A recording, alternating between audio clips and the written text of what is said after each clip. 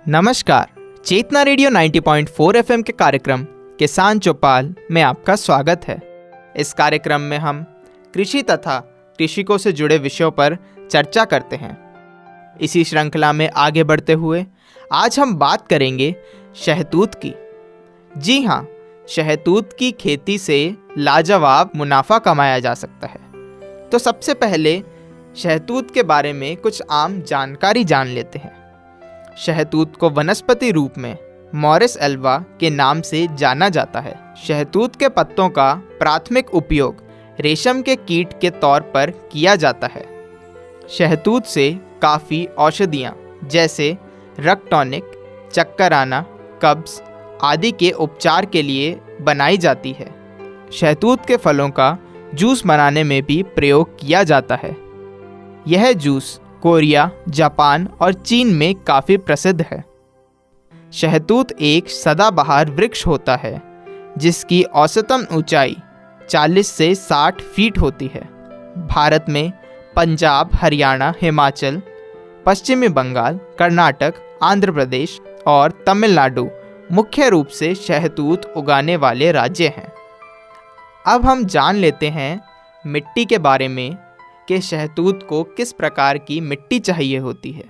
यह मिट्टी के कई किस्मों जैसे दोमट से चिकनी, घनी उपजाऊ समतल मिट्टी जिसका निकास प्रबंध बढ़िया हो और जिसमें पानी सोखने की क्षमता ज़्यादा होती है, ऐसी मिट्टी उपयोग में ली जाती है।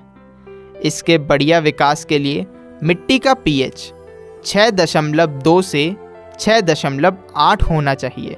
इसके बाद हम जानते हैं शहतूत की कुछ प्रसिद्ध किस्मों और पैदावार के बारे में। सबसे पहले हम बात करेंगे S36 की। S36 के पत्तों का आकार दिल के जैसा होता है। यह पत्ता मोटा और हल्के हरे रंग का होता है। इसकी औसतन पैदावार 15,000 से 18,000 किलोग्राम प्रति एकड़ होती है।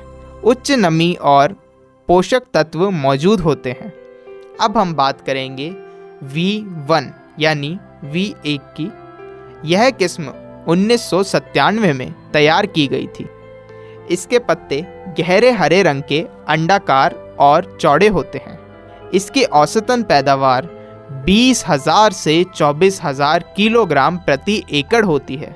इसके बाद हम चलते हैं ज़मीन की तैयारी पर। शहतूत की खेती के लिए अच्छी तरह से तैयार की गई मिट्टी की आवश्यकता होती है।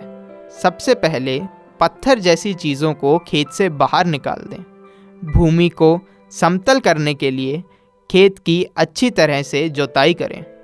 अब बात आती है बिजाई के समय की। शहतूत की बिजाई आमतौर पर जुलाई अगस्त के महीने में की जाती है। इसकी बिजाई के लिए जून जुलाई के महीने में बढ़िया ढंग से नर्सरी तैयार करें। पौधों के बीच 90 × 90 सेंटीमीटर का फासला रखें और साथ ही गड्ढे में 90 सेंटीमीटर की गहराई पर बिजाई करनी चाहिए। अब बात आती है बीज की मात्रा की। 1 एकड़ के लिए 4 किलोग्राम बीजों का प्रयोग करें। बीज का उपचार। सबसे पहले बीजों को 90 दिन के लिए ठंडी जगह पर स्टोर करें। फिर बीजों को 90 दिन के बाद 4 दिन के लिए पानी में भिगो दें और 2 दिन के बाद पानी बदल दें। उसके बाद बीजों को पेपर टॉवल में रख दें ताकि उनमें नमी बनी रहे। जब बीज अंकुरित होने शुरू हो जाएं, तो बीजों को नर्सरी बेड में बो दें।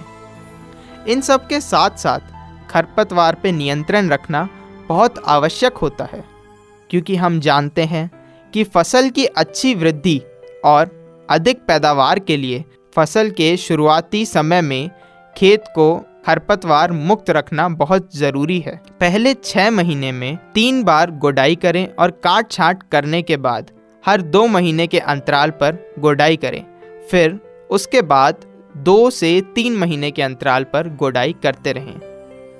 कि फसल की कटाई किस तरह करनी है।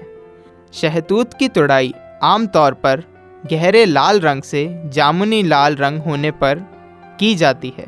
इसमें सुबह के समय कटाई करने को पहल दी जाती है।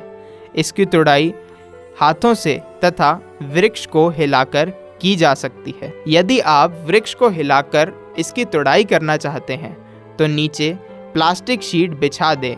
वृक्ष हिलाते ही फिर पके हुए फल शीट पर आकर गिर जाते हैं। नए उत्पाद बनाने के लिए पके हुए फलों का प्रयोग किया जाता है। तो आज के इस कार्यक्रम में हमने जाना शहतूत की खेती के बारे में, उस खेती में कैसी मिट्टी चाहिए, कैसे ज़मीन की तैयारी करनी है, क्या क्या किस्में हैं इसके बारे में।